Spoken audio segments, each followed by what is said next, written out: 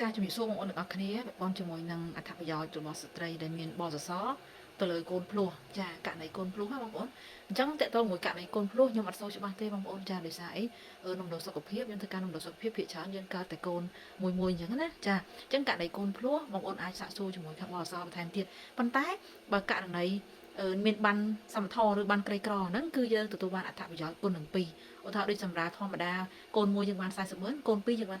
80000ហើយពេលដែលសម្រាប់ក្រោយសម្រាប់កូនយើងបាន10000ហ្នឹងយើងបាន16000មានន័យថាយើងចុច2ករណីផ្សេងគ្នាកូនមួយចុចមួយករណីកូនមួយទៀតចុចមួយករណីអញ្ចឹងមិនមែនចុចតែម្ដងហ្នឹងបាន16000ទេចាឈ្មោះកូនមួយគឺទទួលបាន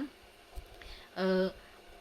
80000កូនមួយទៀត80000អញ្ចឹងយើងតាក់ទងជាមួយនឹងអត្ថប្រយោជន៍របស់បានគេក្រគឺខ្ញុំដឹងតែបើអត្ថប្រយោជន៍របស់បអសគឺខ្ញុំអត់ដឹងទេចាសូមឆ្លើយថាដឹងហ្មងហើយឆ្លើយគប់ជាមួយសំណួរទៀតដោយសារបងប្អូនមានកាត់សួរច្រើនអញ្ចឹងសម្រាប់បងប្អូនដែលដឹងអាចប្រាប់ខ្ញុំវិញផងជាពិសេសបងដែលធ្វើការជាមួយបងអសបងអាចចូលខមមិនបានដោយសារអីខ្ញុំតាក់ទងជាមួយនឹងខ្ញុំចែករំលែកនេះដោយសារស្ត្រីយើងគាត់សួរថាគាត់បងប្រាក់ខ្លួនឯងវាថាស្វ័យនិយោជអញ្ចឹងណាតែគាត់ទទួលបានអត្ថប្រយោជន៍អីខ្លះក្នុងកំឡុងពេលគាត់មានផ្ទៃពោះហើយនឹងក្រោយសម្រាប់គាត់មានអីខ្លះអញ្ចឹងព័ត៌មានទាំងអស់ហ្នឹងខ្ញុំអត់ច្បាស់ទេបងប្អូនណាដោយសារអីស្ត្រីដែលគាត់ស្វ័យនិយោជខ្ញុំដឹងខ្លះដោយសារគាត់បានមកសម្រាប់នំដោយសុខភាពរបស់យើងដែរដឹងតែគាត់ថាគាត់មានបានអីទេគាត់បានក្រោយសម្រាប់កូនគាត់បាន1,26,000ហ្នឹងគាត់បានក្រោយតែខ្ញុំអត់ដឹងថាបានក្នុង